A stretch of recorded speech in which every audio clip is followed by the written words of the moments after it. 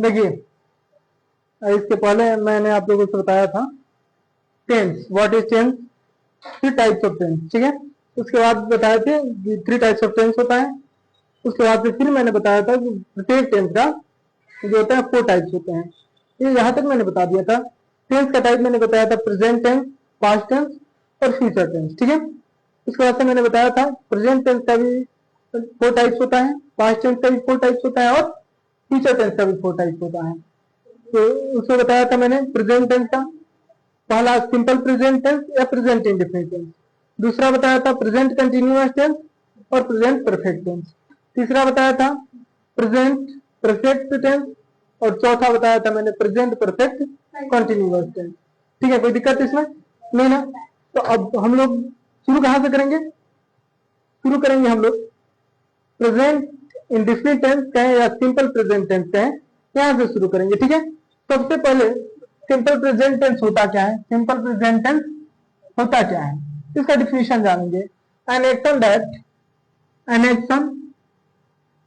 action that normally occurs in the present time, ऐसा action जो normally present time में हो, रिफ्लेक्ट हैबिट्स को रिफ्लेक्ट करें, रूटीन जानते हो ना, प्रतिदिन होने वाला, ये एक निश्चित समय में होने वाला, यूनिवर्सल ट्रूथ जो सत्य हो, जो कभी बदलने वाला नहीं, जैसे सूरज पूरब से निकलता है या सूरज पूरब से उगता है, ठीक है, ये सत्य है, ये कभी चेंज नहीं हो सकता है।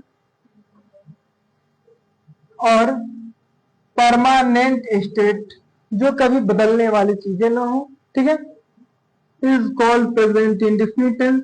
बात समझ में आ रहा है यहाँ तक? इसको क्या कहेंगे? प्रेजेंट इंडेफिनिट टेंस कहेंगे। कोई दिक्कत इसमें? अब आते हैं हम लोग पहचानेंगे कैसे नॉर्मली कि प्रेजेंट इंडेफिनिट टेंस को पहचानेंगे कैसे, ठीक है। तो पहचान होने के लिए क्या करेंगे? सबसे पहले यदि वाक्य हिंदी में दिया हो, सेंटेंस जब हिंदी में दिया हो तो इसको पहचान करना होगा। तो किससे पहचान करेंगे? वाक्य के अंत में क्या होना चाहिए? ता है, ती है, ते है, ठीक है। ता हूं, ती हूं, ठीक है, ते हो आदि जब आता है तो उसका पहचान किसमें हो जाता है? प्रेजेंट इंडेफिनिट टेंस में और सिंपल प्रेजेंट टेंस में। कोई दिक्कत?